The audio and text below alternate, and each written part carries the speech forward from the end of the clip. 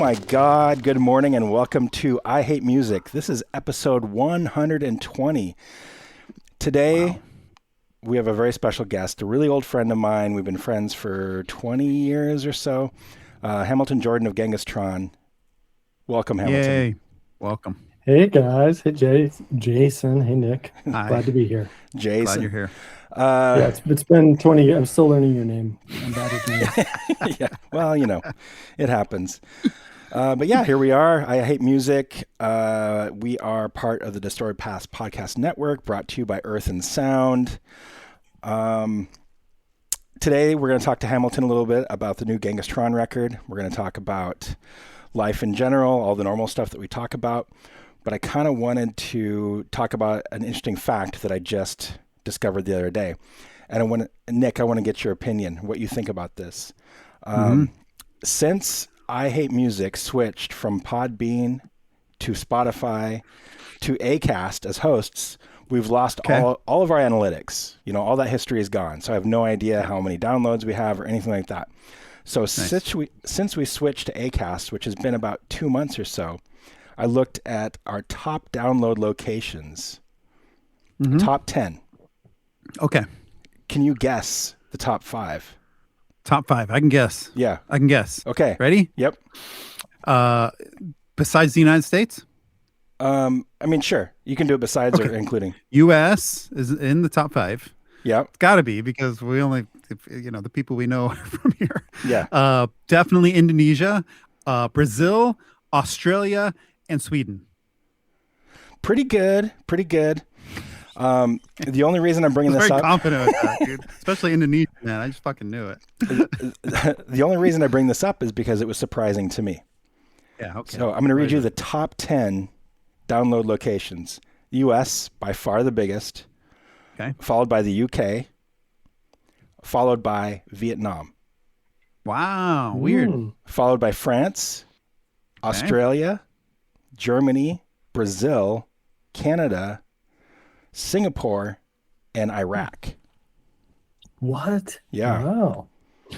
Weird, dude. Yeah. That's the only reason I brought... those attributed with numbers, or is it just like here's your top 10 without the numbers? Like, yeah, they have... How many metal fans are in Iraq and Vietnam for that matter? I don't know, but you can actually like click on Vietnam and it'll show you the different locations, like the different cities and locations where the downloads are coming from. So that's cool. I mean, Vietnam is our third most popular country. That's weird, man. It's really weird. Yeah. Yeah. Super weird. Well, anybody know any Vietnamese? We could say hello to our fans in Vietnam. Bon mi. I do not. Well, I mean, they speak French over there too, I think. Basically. Oh yeah. What is it? Bon me once, shame on me. Bon me twice. No thanks, I'm full. Yeah. Yeah, I was really surprised by those stats. I figured, like the UK, US, Canada, kind of no brainer. But you thought Indonesia, Nick? I don't know. I was just kind of riffing on that. I don't know why. There seems to be a lot of weird like gore grind and stuff like that coming out of Indonesia. That's true. Just figured there's some like tropical metalheads out there, Oh yeah. I don't know any metal bands from Vietnam though. Yeah, exactly. No. Yeah. Can't think of one. Name one. Well, that would be a question for the Oracle, the Metal Archives. I think you can look by location, can't you? Oh man, probably. Yeah, and Singaporean metal bands too. I think gore grind's popular out there too. But yeah, I think you're right. I think back in the day. Okay. Yeah. Vietnam. I'm looking right now. Do it. Vietnam. Okay. Here's a few examples of. Oh, these are labels. Shit. Fuck it. Oh, country bands.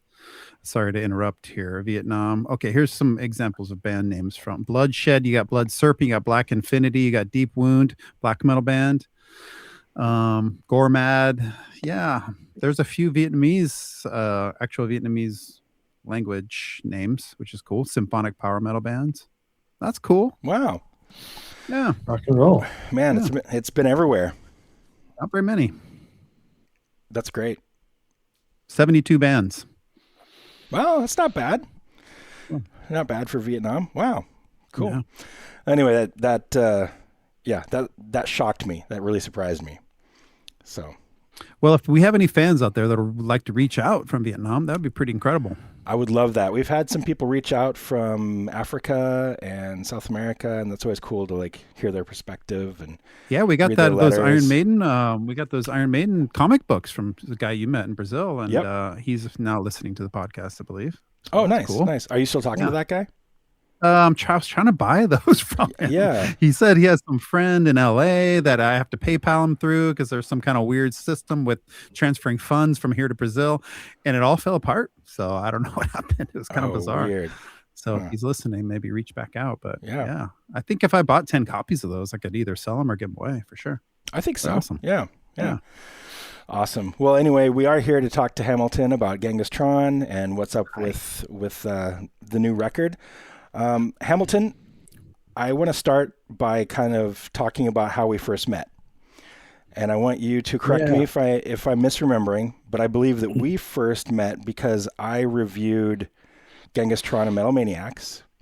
Mm-hmm. And I believe I reviewed Board Up the House. Is that correct? No, it was before that. I think it was there was actually, maybe you reviewed Board Up the House and someone reviewed Dead Mountain Mouth, which was our first full length from 2006. And I thought it was you.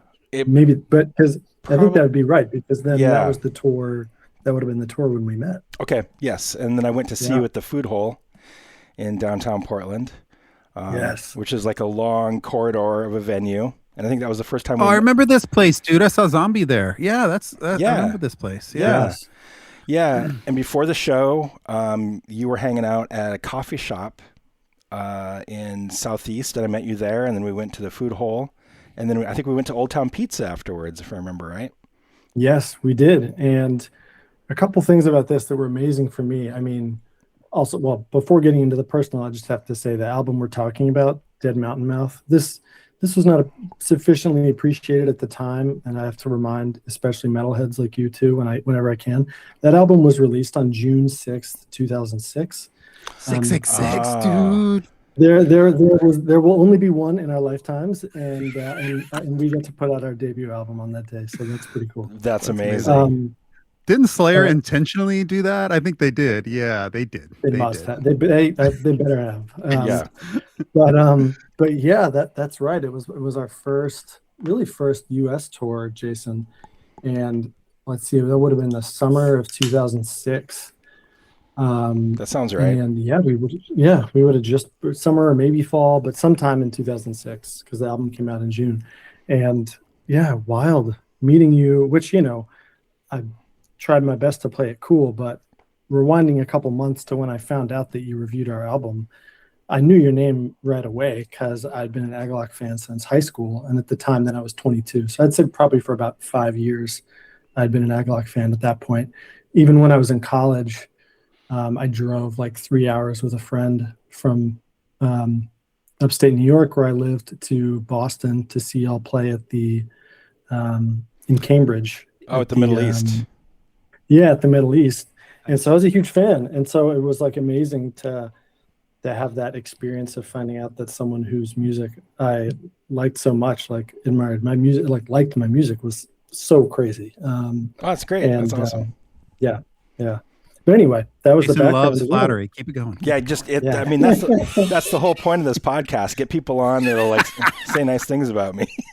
Yeah, that's gonna be the last nice thing I say. I forgot your name again, actually. Justin. Justin something. Yeah. Well, yeah, and then I mean, I guess like through the years we kept in touch here and there. We didn't really talk that much, but then you came to see Agalock in Denver when you were living in Denver, and that was probably 2012-ish. No, that would have been 14 or 15. Okay. Yeah. Nice memory, dude. Yeah. That's good. Yeah. And then you came to that show, and then I feel like we kept in contact a little bit better after that, but just like here and there. And then you were up here a couple of years ago in the Northwest, and that's when we really reconnected again. And now we talk all the time. I just saw you a couple of weeks ago, face to face. Absolutely. We jumped in the ocean together. Awesome. We sure did. Oh, that's amazing. So refreshing, isn't it? Yeah. Life affirming. Life affirming. Yeah. Absolutely. It was life affirming. So I was sitting on the deck with a beer, and Hamilton and his wife and my wife were all like, we're going to go jump in the ocean. I'm like, I am so cozy. I'm just going to sit here with my beer. I'm not moving. And then about 3 minutes later, I'm like, fuck it. And I ran out to the ocean. We all jumped in there. It was cold as fuck, but man, it was so refreshing and just joyous. Made me feel like $1 million. Yeah, it was amazing. Yeah, it's the best. It's the best getting out after that situation. So good. Yeah. So good. Incredible. Yeah. So Hamilton, new record, Signal Fire. How does this fit into the Genghis Tron discography? Do you feel like this is a departure, or do you feel like it's the only little bit that I've heard feels like it's got some Dream Weapon? It's definitely got some, like older material too. It's definitely a progression from something like Dead Mountain Mouth, or like definitely like Cloak of Love.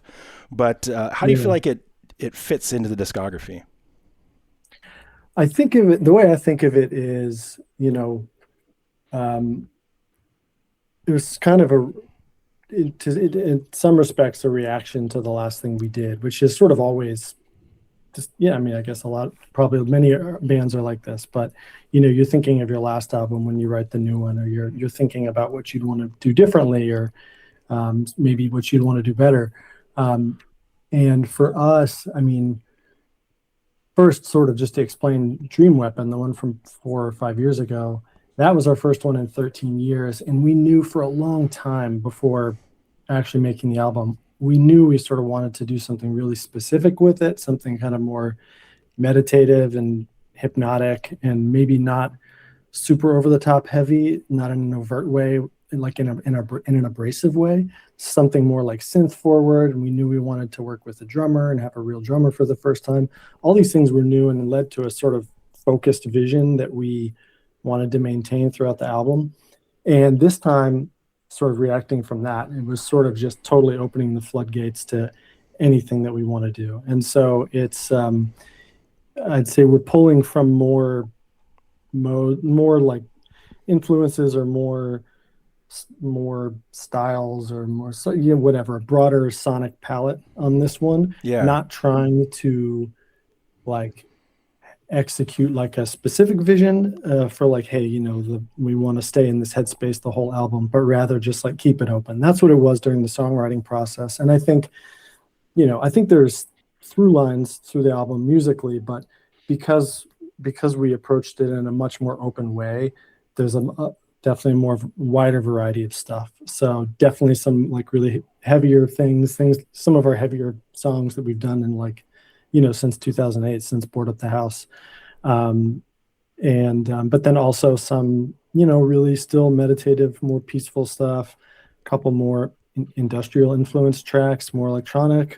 So it's sort of, in that respect, it is sort of, to your point, Jason, there's some Dream Weapon on there in the sense that that's where we're working from. But we wanted to sort of keep it fully open, and so we did end up having heavier stuff too, and all over the place. Is there a definition in your mind of what Genghis Tron is, or is it just totally wide open, like you guys are free to do whatever you want? I'd say free to do whatever we want. That's cool.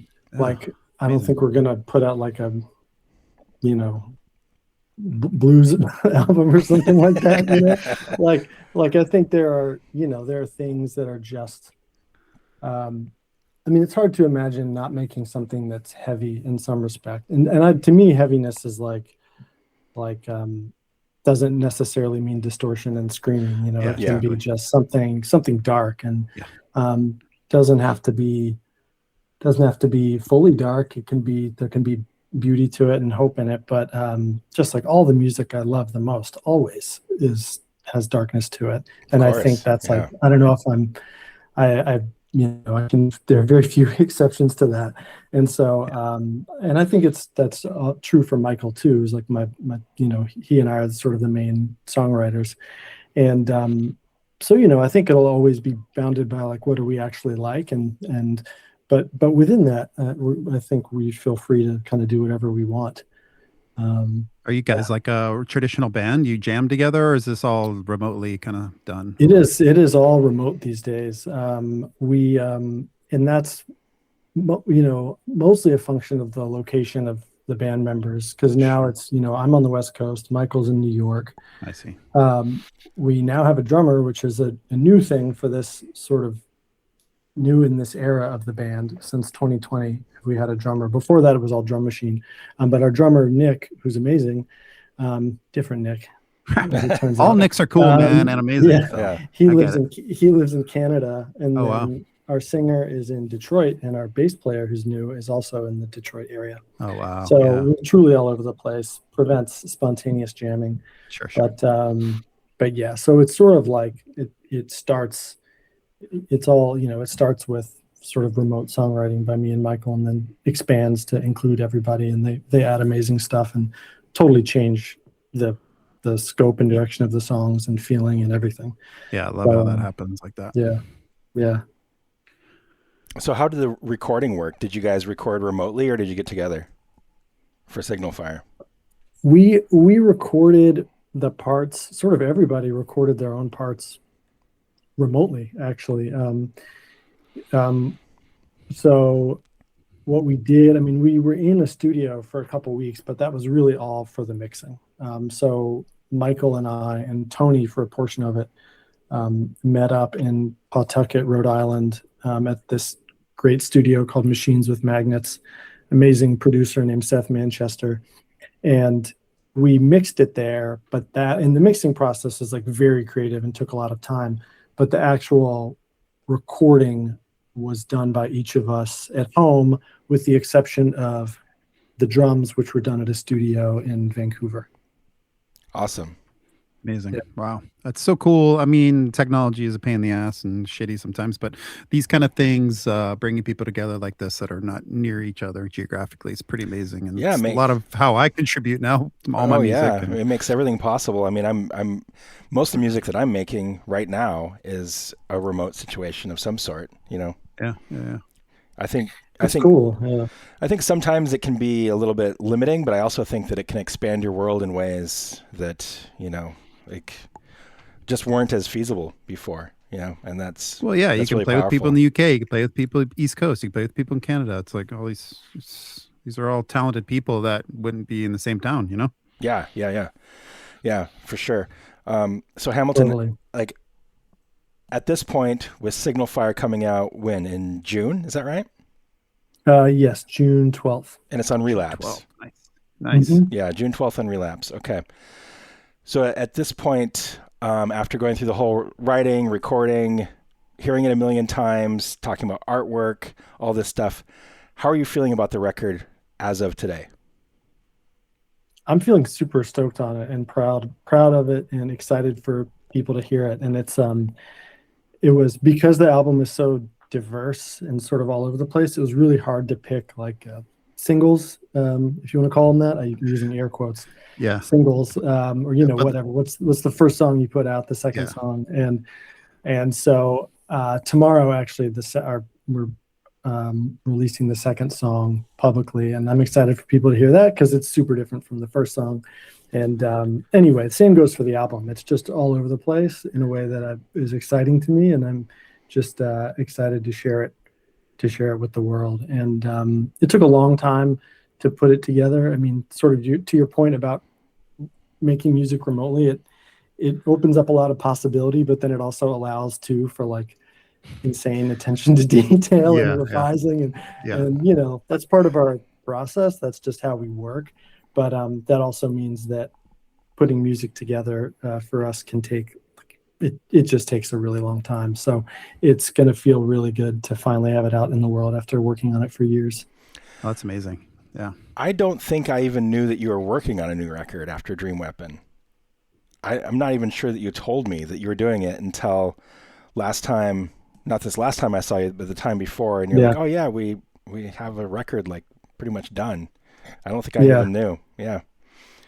Yeah. It's like such an ongoing thing and sometimes too, it's like so difficult that you wonder, like, not is it gonna work or is it gonna happen, but like almost like keeping it really close until you know it's done. So Yeah, I do that as well. Sometimes it feels so difficult that you're like, Yeah.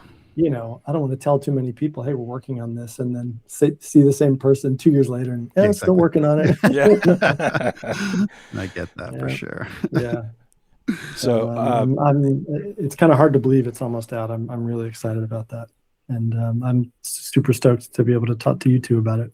Do you constantly work on music, or is this something that you put aside for a certain period of time? Like, I'm going to work on this now. And I aspire to a life where I constantly work on music, and that's just so I don't tend to do that, and um, but yeah, with Genghis Tron, it's been kind of, you know, we'll have long dormant periods, and then we'll decide, okay, we got to go. It's time to do this. And even from that moment of press and go, it still could take years. yeah, But we sort of, Michael and I have to make this conscious decision, like, do we have it in? Are we ready? Like, is it time for another? Because once we press go, it sort of becomes, you know, it's ever present in my mind for then a long time. And Yeah. you so become it's obsessed a little bit. Yeah. yeah, definitely. And so I'd love to someday have a, you know, music making be part of my life where where it feels a little more relaxed and unfold just like a little more naturally than that. But that's how it's gone with this band. Do you have other projects you work on? Like, how do you know you're working on a Genghis Tron track versus another? It's pretty much like, I don't have other projects that I'm actively working on right now or have in recent years. And it's sort of like, when I sit down to work on music, it's usually with the thought of like, oh, this will be some, you know, if I like this, then I'll consider proposing it for Genghis Tron. Nice. So that makes that pretty easy. But I think it would be interesting to write more openly and see where it went. Yeah. Because Genghis Tron's the really has been my sole musical output since 2005, and so that's part of why it's diverse, I think. Same with Michael. Sort of everything we do for us is potential Genghis Tron material. How did you guys originally start? Was it a high school thing, or was it after? It was in college. We met in college. We lived in. We just happened to be in the same dorm room, and it was like my first week at school or second week at school. Wow. And I shared a dorm with some other guy who wore a bowler hat and listened to piano jazz all the time. Nice. And I was very, you know, polite, never wanted to like bother anyone else. So I didn't play my music out loud when he was in the room. Someday he's like in class, he's somewhere else, I don't know. I put on Cryptopsy, None So Vile. Oh, yes. Just like cleaning my room, doing something, I don't know what. And I got a knock on my door from this guy, and it was Michael. It turns out he lived in the dorm below me, and the room right below me, and he heard it through the floor. Wow. And came up and was like, "Dude, are you listening to Cryptopsy?" Oh my God! And, wow. And it was like, you know, match made in heaven, because I came, you know, in high school, I didn't really know many people who liked the same music as me. I was pretty much like, you know, I'm just old enough or just young enough or whatever to have come up, to have had internet access in high school, which is to say sort of like probably the first generation or one of the first generations where like the internet was a big influence on my development of music tastes, even if that looked very different in the 90s than it does now. And so, you know, I was on message boards and stuff like that and downloading MP3s and ordering CDs and tapes, but didn't have a lot of in-person friends who knew the same music I did. So then I meet this guy, Michael. Not only does he like Cryptopsy, but then we immediately, it's like, it's other stuff too. It's like Warp Records, Boards of Canada, Aphex Twin, you know. And so we were connecting on, you know, Dillinger Escape Plan and Cryptopsy and Autechre and Boards of Canada and Ministry. And it was like, wow, this is the first person I met who likes all the same music as me. Maybe everyone in college is going to be like this. It turns out I never met anyone else quite like that. You just have to blast Cryptopsy out loud with some speakers and see who comes. So we just got really, we got really lucky meeting each other. That's amazing. That's like fate of some sort right there. Yeah. Dude. That's crazy. And we were friends for probably a year before we had the idea to try making music. And he had never been in a band. I had been in like cover bands in high school, and that was it.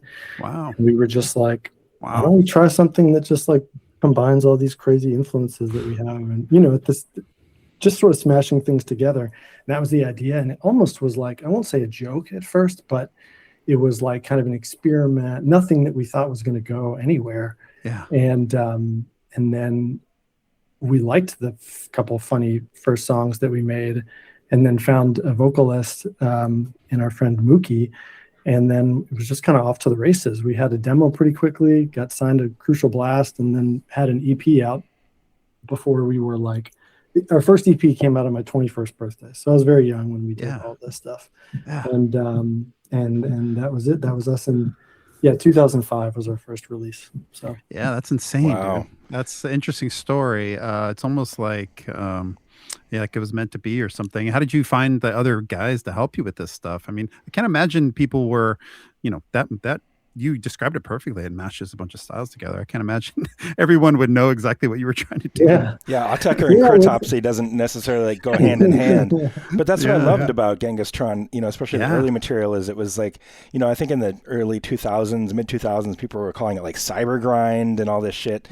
And that was like a real thing. But like you guys were like, you blended these styles in this way that was like, you're obviously electronic music fans, but you're also obviously extreme metal fans, and I never heard anything quite like it, and that's why I got so into it.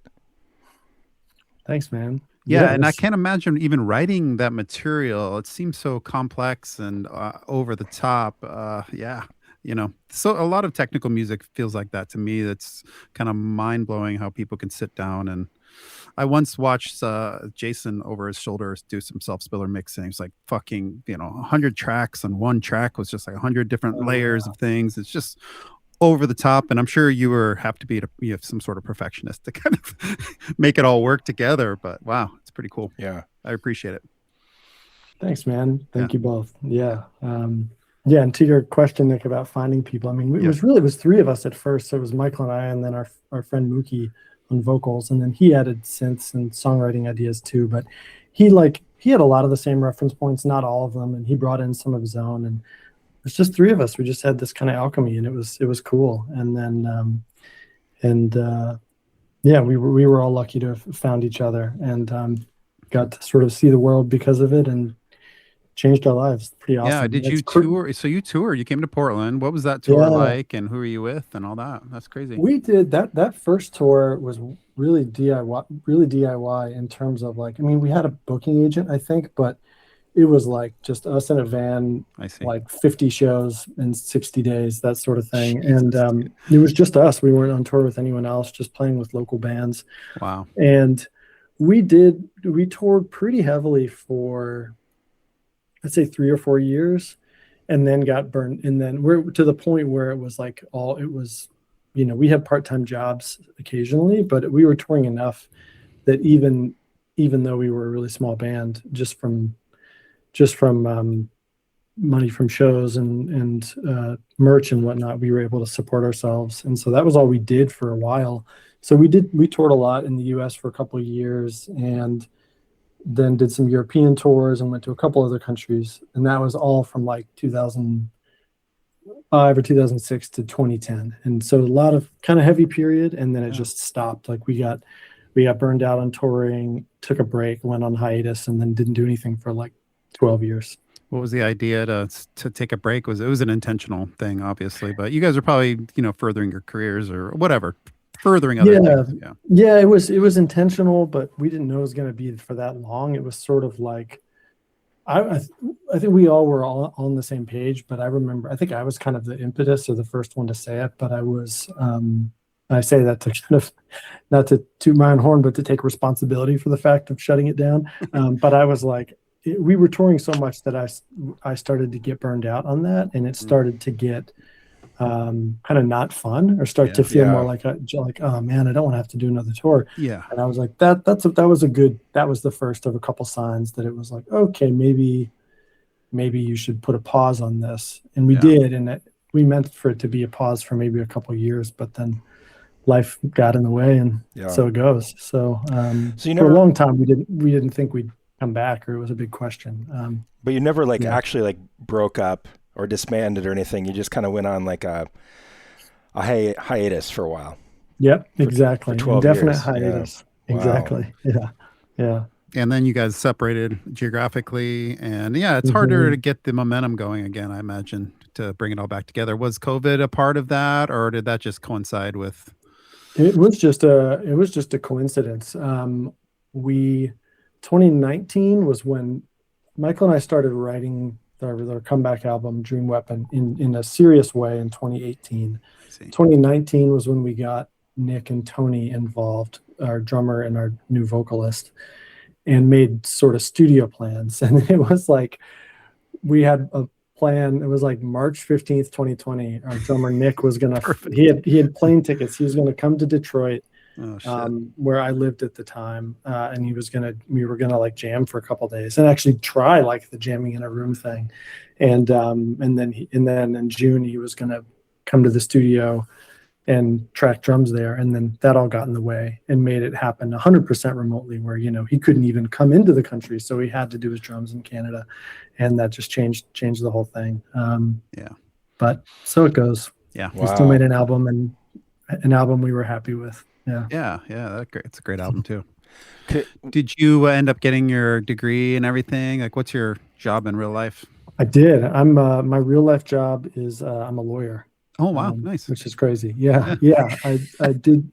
Yeah, I went back to school after the hiatus in 2010, and sort of started a whole new career. And that was what Michael did the same thing, new career, and that then just like things happen, you move, you get married, things like that, and the music was not a focus for a long time. And I think that's coinciding well with 2026, where we have private lives and a lot of things going on. Touring isn't going to be probably a big part of that in your life now, maybe. But you're able to still make music and put it out there. So. Yeah, I'm grateful to be able to put it out there. We don't have shows planned currently, and I won't say it won't happen, but I also can't yet say that it will happen. Yeah. So I'll say that I would love to play shows, and I hope that we will. Nice. I hope that we can make it happen. Yeah, that would be fantastic. So if you listen to Signal Fire, or like if you were 21-year-old Hamilton Jordan and listen to Signal Fire and know that this is what you're making, that far in the future, like, do you think you would be stoked by it, or would you be like, what the hell is this? I think I'm happy to say this. I think my like 20, 21 or whatever year old self would be really stoked on it. Because it feels very connected to, we've changed, you change as people, your tastes change. Yeah. But I think that the person I was then would have liked everything that came after. And there's something, I think it's cool that to me, the music we make still has a young, open energy to it. And I'm proud of that. And I would be, my young self would be especially stoked, even if maybe bummed that it took this long to have it happen, to finally have a song with a real drummer with ripping real blast beats, which it took until now to happen, because we had blasts and crazy drums all over our early stuff with the drum machine. And then Nick did our 2021 album Dream Weapon, and it was all, his drums on that album are amazing, but it's not like there's nothing super duper fast on it. Yeah, there's no blast. So it was really it was awesome to give him, for him to have a chance to do that finally this time around. And it's like, still when I listen to those songs, I still feel like, wow, I can't believe this is my music. Like, this is great. Just that I got, by which I mean, I can't believe I got to like work with these people who are such amazing musicians. Yeah, that's so cool.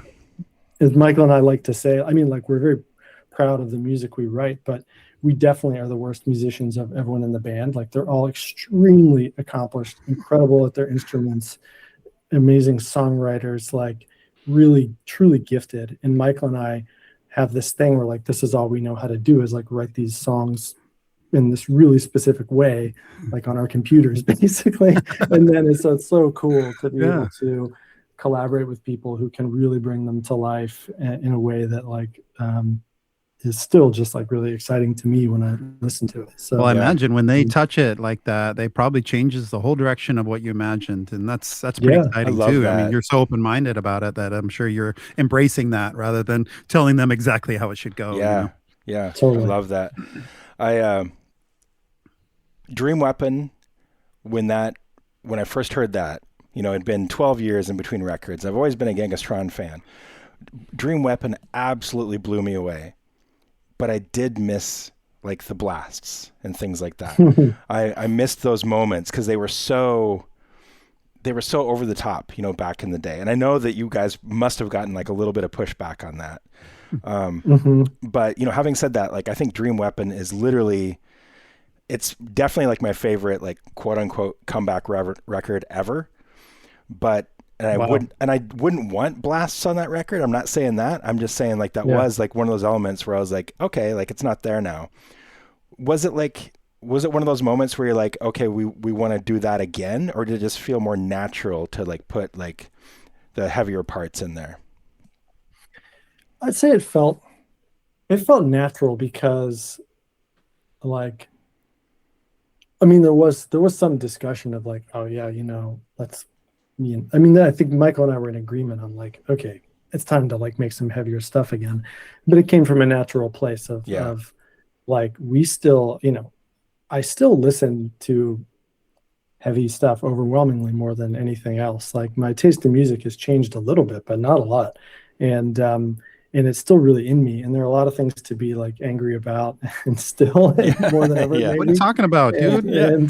And like, so I like really wanted to, so it was a very natural desire to do that. It was like, it's still really in us. And plus it was like, man, we have these incredible musicians who we're working with now. Like let's take it to a next level. Let's do something really, so let's do that same thing, or not the same thing, but let's go to that sort of more extreme place again, but with this new lineup. And of course, because we have a real drummer, we can't do exactly 300 BPM blasts like maybe we did. On Is that what they were? Holy shit! Yeah. I don't know. It was like just like total blur, like or like even with two hands you probably couldn't do it. So we can't have that, but that's okay. Okay. Yeah. What's it been like working with Relapse? Is that something that they reached out to you a while back? How did that even come about? They did actually. They did, and they actually.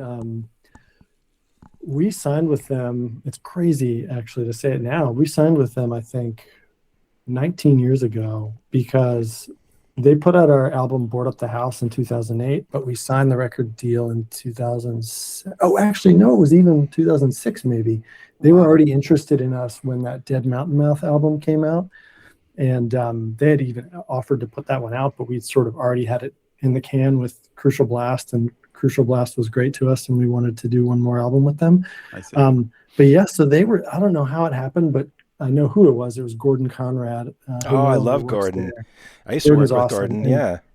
Yeah, he's a really good dude. And they just came to, I remember they came to our, one of our Philly shows. And, like the first extreme music albums I had, like truly extreme, were the first, two sides of an extreme spectrum. Like on the death metal side, I had the first Nile album, which was on Relapse, amongst the catacombs of whatever. I won't try to say the whole name. Nephron Ka, yeah.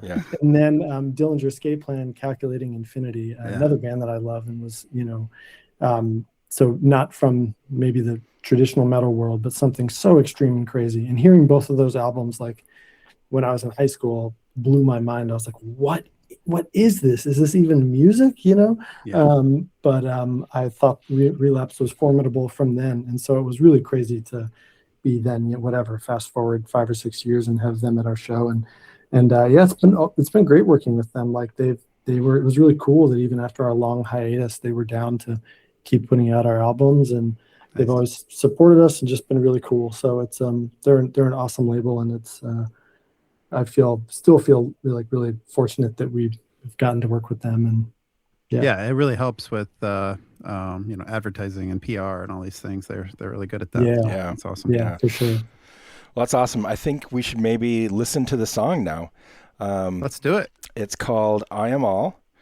And Hamilton, do you have anything you want to say about this song before we actually listen to it? Why'd you choose this one at first? Yeah. Why this one? I mean, I'll say this. It's we did. I remember Michael. This is Michael's song. I'd say the first half of it at least is very much a Michael song, like the electronic, industrial driven stuff. And I remember he brought this to me and he was like, "Could this work for Genghis Tron?" And I was like, "Yeah, let's do it." But what really surprised us, neither Michael nor I would have ever thought about putting this as the first track on the album or to have it be the first single. But our singer Tony and our drummer Nick were like, "Do it!" Like this, like every other album has opened with like some gentle thing that explodes into something bigger. And they were like, "This has to be the first track on the album and this should be the first single." And we were like, "All right, sounds good." Amazing. Wow. Well, I haven't heard anything else from the record, but to me, this song feels like an amalgamation of the influences that you already talked about, like Autechre, like the heavy stuff, like Dillinger, things like that. We went to Nine Inch Nails together recently. Like I hear Nine Inch Nails in there. Definitely. It like when I hear this, I think, oh, that's Hamilton. Even if it's Michael, wow. I'm like, that's Hamilton. Thanks, man. Yeah, of course. This is I Am All, Genghis Tron, off of the new record out in June. Here we go. Let's listen.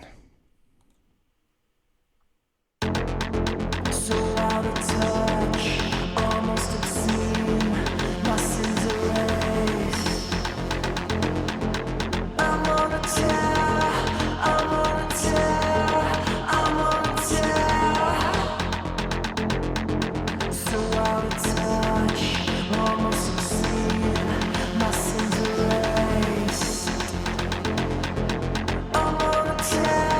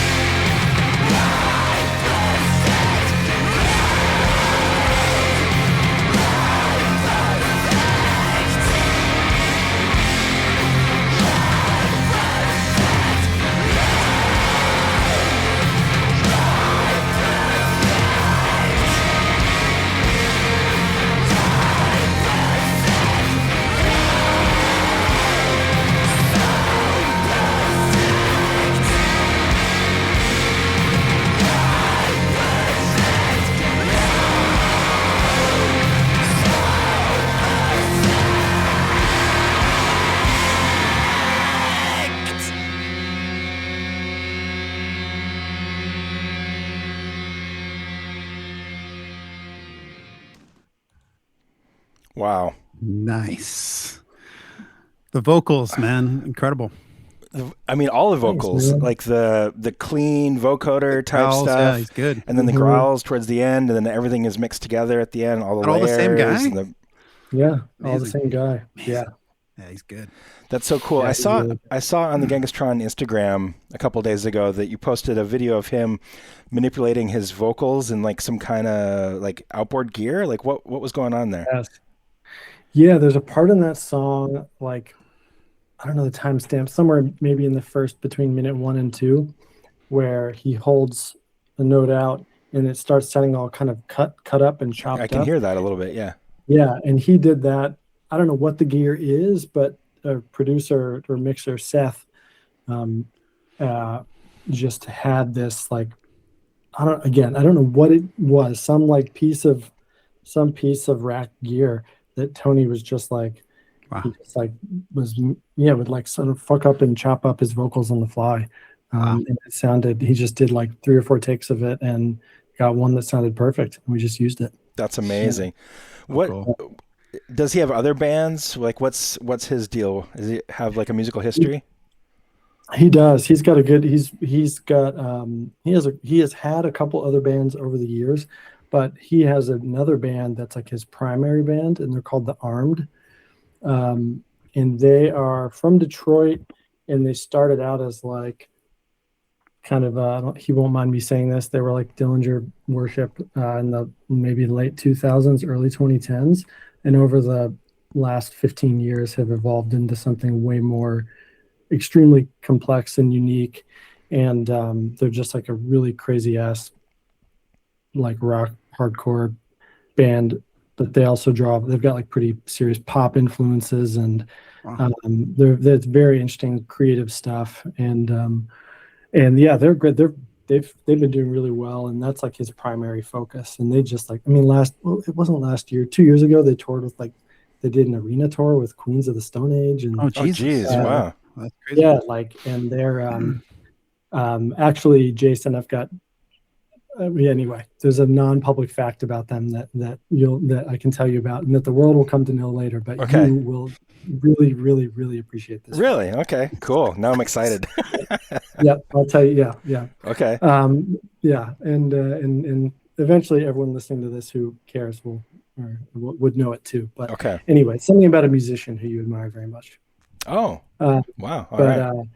but anyway, but yeah, so the Armed is Tony's main band, and they're awesome, and but he yeah, we had a lot of overlap in influences, and we're all sort of similar ages, and he saw some Genghis Tron shows way back in the day, and so we had a lot of there's familiarity there, and it's been cool to have him involved.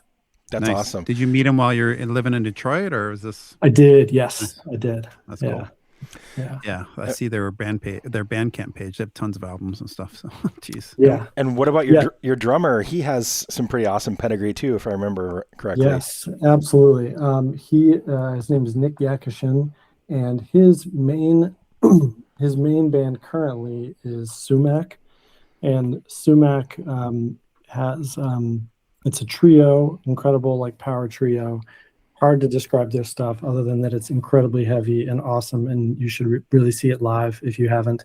The recordings are great too, but the live performance is just next level. One of my favorite live bands ever.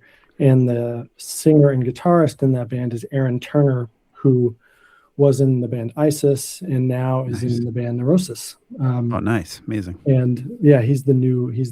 in The the new guy. Yeah. And that's a trio. They're based in the Northwest. Nick is in Vancouver, and the other two guys in the band are in Washington. Nice. So that's Nick's main project, but he's just an incredible drummer. His work on Dream Weapon is amazing, and like the mix of that record too. Like the drums are so and the percussion so like forward. Like it really carries the whole. I mean, that was like one of my favorite aspects of that record is to hear like actual drums and to have it be presented in that way. It's like almost like tribal-esque at times. It's very hypnotic, Totally. meditative. It's Totally. man.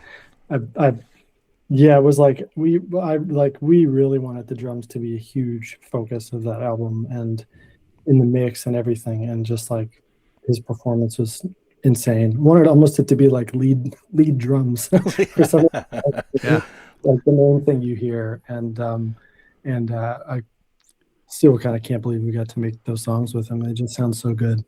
that's awesome. Yeah. Yeah. Lead drums. I like that.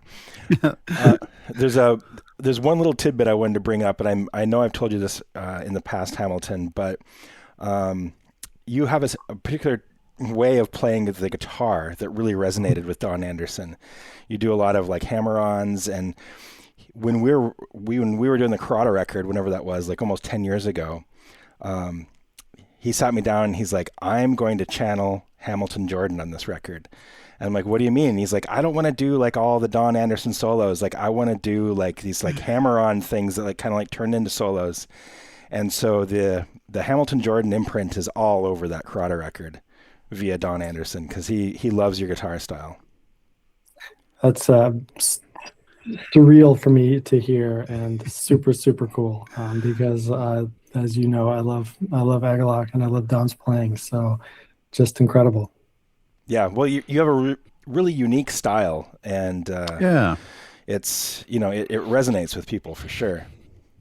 How did you even come up with it? Were you just jamming traditional metal in high school and stuff, and then it came from that? And I mean, just combining everything we've been talking about, I guess, is probably where it comes from. But Yeah, like I took a little bit of lessons, but I was never, kind of just self-taught, jamming in high school, amazing. play, just playing stuff in my room, and I was never a shredder. Still am not. I can't like solo, but so that maybe that was part of it, just kind of coming up with my own.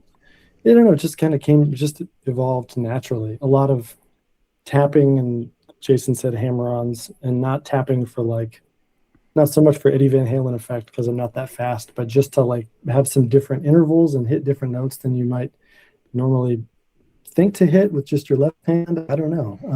Yeah, that's so And cool. just came to be. Yeah. Yeah. Yeah. It's so interesting how people just develop styles based on, a lot of it's like based off of like necessity and sometimes ignorance and like not knowing how to do something, and you're just in your room and you're just like, Totally. I just want to do something, and Yeah, why not? This sounds good. Let's just do it. Yeah, why not? Yeah. Totally. And yeah, definitely necessity and ignorance are definitely parts of how Do you play with I people learn. at all? Like, or is it solo? Not really. It's pretty much just like, just playing with myself, as they say. Genghis, just working on Genghis Tron stuff from time to time. I'd like to change that though. I mean, I've been making music one way for a long time and want to keep doing it, but I think it would be good to branch out. Do people in your life know that you do this stuff, or is it like Yeah, there's talk some about it? awareness. Yeah, definitely. It's no secret, and yet, I'm a pretty private person, so I don't advertise it to everybody I meet, But anyone who's a friend or who's known me for, decently well knows. Yeah, including colleagues, work, all that stuff. Yeah, people all think it's cool and are supportive. Oh, that's cool. Good. Yeah. So Genghis Tron, was that just like something you just thought was funny? Is that a reference to something? Obviously it's an amalgamation, but like, is there like some significance to it, or is it just funny? It was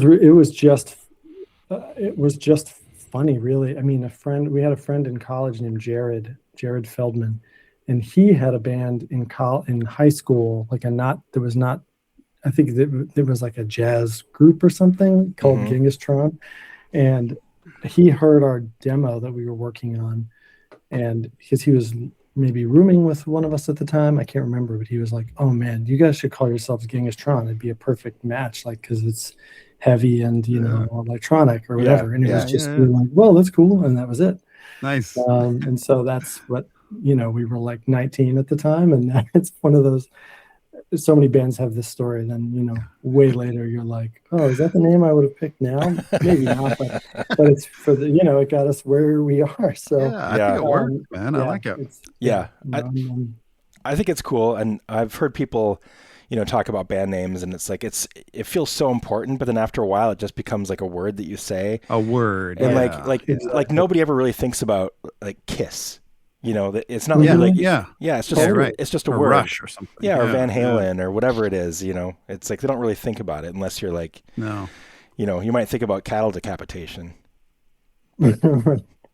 Yeah, but even those become names too. Punch and stench and stuff. Stench, it's like I don't even think about what that possibly could mean. Yeah, rotting Christ.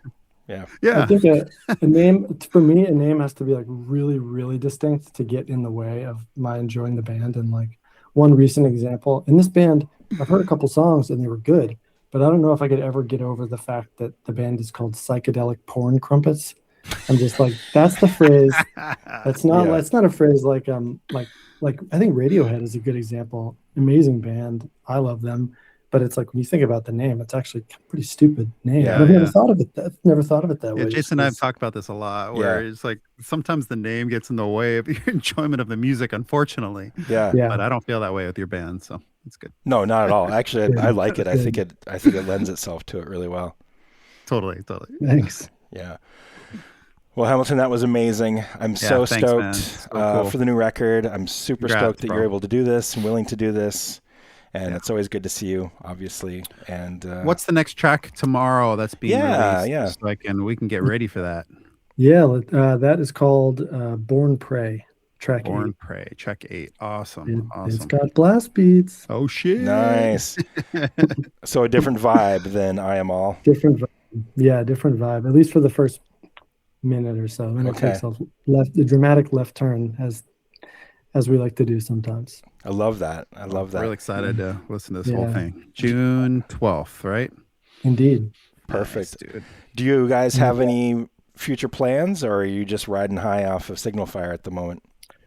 We are riding high on off Signal Fire for now, but we plan for the world to hear more from us at some point in some form. Yeah, great. Yeah. Awesome. Well, I'm going to be ordering the cassette. No doubt about it. Yeah. Awesome. Yeah. I'll be ordering the vinyl. No doubt about it. Actually, I got a new record player. Well, I got new desktop speakers, a new turntable, a new power amp, like all this stuff. And I waited to play anything on it for Dream Weapon to come out. And when Dream Weapon came out, that was the first thing I put on the turntable. Oh, yeah. Wow. Yep. That's an honor. You should be so honored. Yeah. Yeah, you should be honored. I am. Yeah, you should be honored. Jesus. I'm very honored. Yeah. Awesome. Well, again, thanks so much, man. Appreciate it. Yeah. And really appreciate Thank you both so much for having me. It was a pleasure. Yeah. Thanks for spending some time with us. You're easy to talk to. It's awesome. Appreciate it. Likewise. Yeah. You're a good kid. All right. You're a good kid. Will you be my dad? Yeah, sure. Sure, me or him? I don't know. I got one kid's enough for me, dude. I'm done. All right.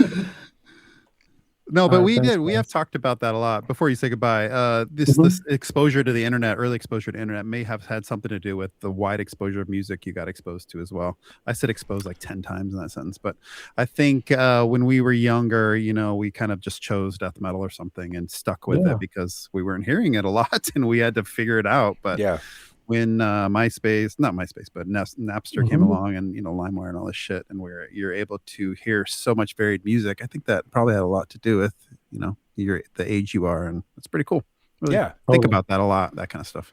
Yeah, I think about like what I would be listening to and what I would have been making in high school if I had access to the internet. Like right now, it's like, oh, I want to check something out. It's just right there, and it was so hard to discover music when I was first starting to make it that. Yeah. Things were very myopic, but totally. But I bet that was cool too. For not having been there, I imagine the work that went into getting the tape trading and all that must have been really exciting too. No, I loved it. It was, yeah.